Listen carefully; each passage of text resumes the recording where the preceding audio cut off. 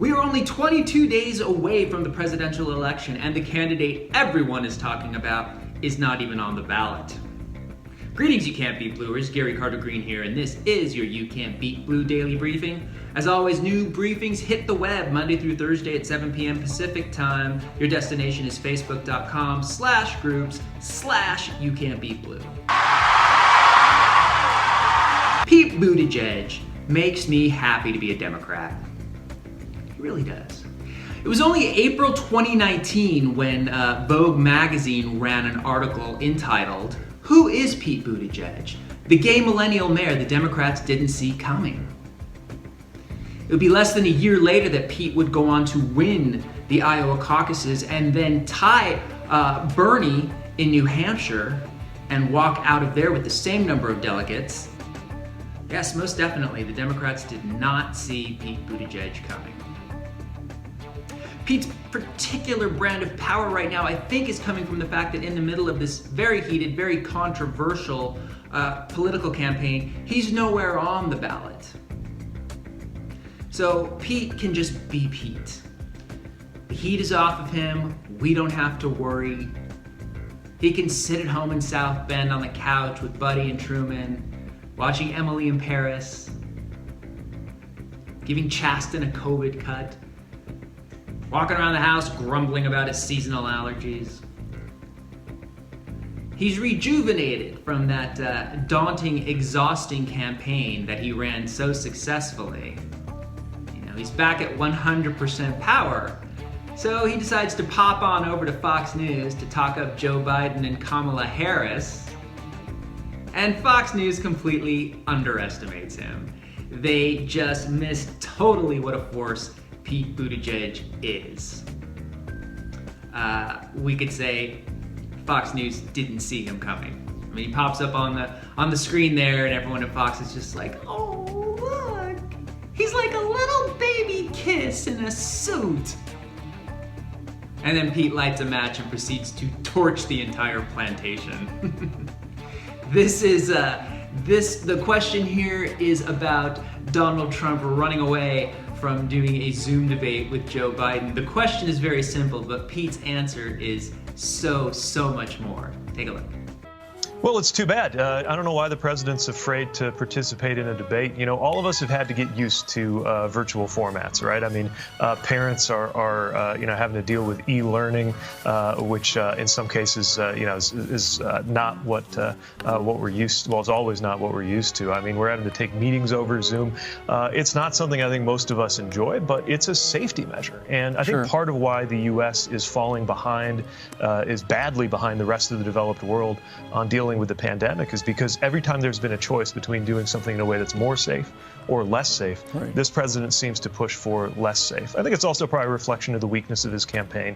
When you see campaigns getting the kind of bad news that he's been getting through this month, a lot of times you'll see these kinds of increased arguments over rules, withdrawing from opportunities, a little bit of flailing there, and it's too bad because I think the more the American people can hear two candidates side by side, even if it's virtual, the better. Of course, the only reason we're here in the first place is that the president of the United States is still contagious, as far as we know, with a deadly disease, which reflects the overall problem. And I don't know why you would want to be in a room with other people if you were contagious with a deadly disease and you care about other people.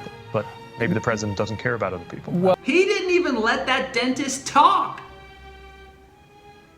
Most people normally need Adderall to be able to think that quickly, but Pete Buttigieg just came out that way.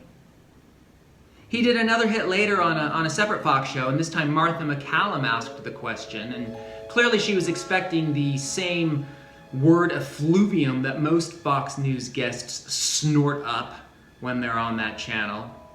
She was not expecting what Pete did, which was provide not just an actual answer, but a hell of a lot more. He broke Martha McCallum, as you'll see. She's just got nothing to offer in return. He has just, well, see for yourself.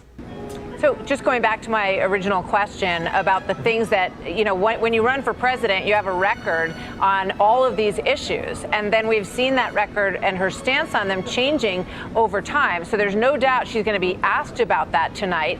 Can you give us some insight into what she might say to justify why she was for Medicare for all then and is not for it now, for example? Well, there's a classic parlor game of trying to find a little bit of daylight between running mates. And if people want to play that game, we could look into why an evangelical Christian like Mike Pence wants to be on a ticket with the president caught with a porn star, or how he feels about the immigration policy that he called unconstitutional before he decided to team up with Donald Trump. If folks want to play that game, we could do it all night. But I think what most Americans want to hear about is, are our families going to be better protected than they have been by this president who's failed to secure America in the face of one of the most dangerous things ever to happen to our country?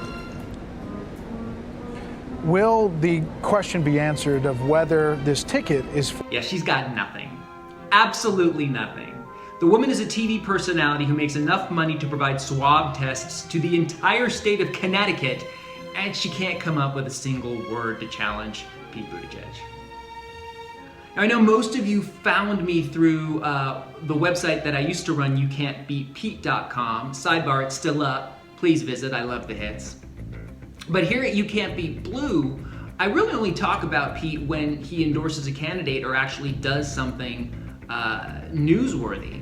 I really was not expecting to be talking about him at all this close to the election. But there's really no avoiding it, and I don't just mean those 2 Fox interviews. I mean the downpour of articles and positive responses all across the web and social media right now in response to those. I mean, he exceeded everybody's expectations, and we are now in a Pete Buttigieg Renaissance, I guess. Meanwhile, all of us who were supporting him last spring are like, yeah, that's what we were telling you. But no matter, he's arrived. His future is limitless, and that's going to be good for all of us.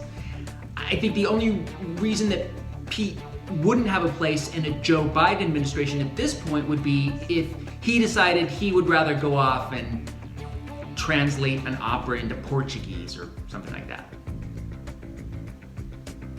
I was determined after 2016 to have more political involvement,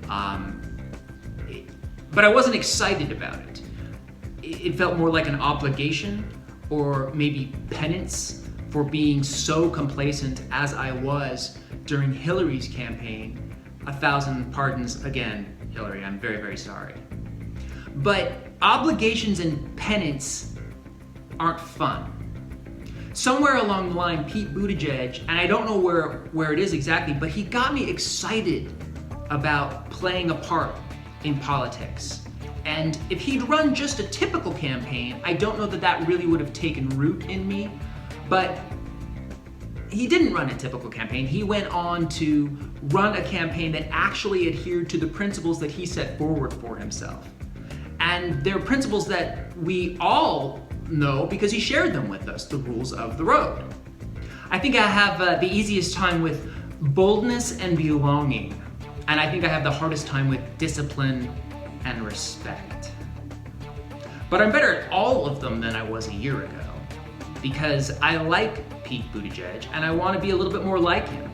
And if all I have to do to make that happen is work to exemplify the rules of the road, well, that is a win-win for me. There's not really a downside.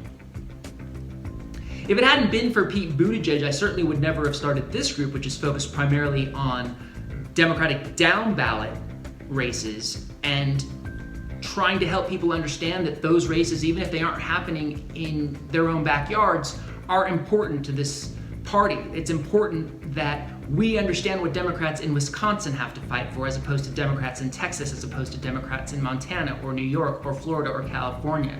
They all have to position themselves differently in the bigger picture that we see of this party nationally.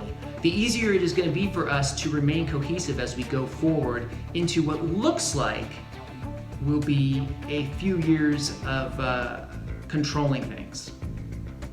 That is 100% Pete Buttigieg's effect on me. That thinking comes from listening to Pete Buttigieg. I still think that Pete would be the best leader to guide us through everything that we've been experiencing in this horrible, confusing, tormenting year. I think that the country missed a real opportunity here. But I also think we're quickly reaching a point where there will no longer be people or media machines or anchors or voters who don't see Pete Buttigieg coming. And then it's just going to be a matter for us to make sure that Pete Buttigieg doesn't get away. And what do you think? What are your favorite rules of the road? Which ones do you have the hardest time with? Are you as excited about this Buttigieg Renaissance we seem to be going through right now as I am? Leave me your thoughts in the comments. I would love to hear from you. It would make my day. I'm out of here. I hope you guys have a wonderful rest of the day. Check me out on social media. You Can't Be Blue at Facebook, Instagram, Twitter, and YouTube. The website, youcan'tbeatblue.com. The Facebook group, facebook.com/groups/youcan'tbeatblue. Go do something for a Democrat. Do not get lazy in these last few weeks. Gary out.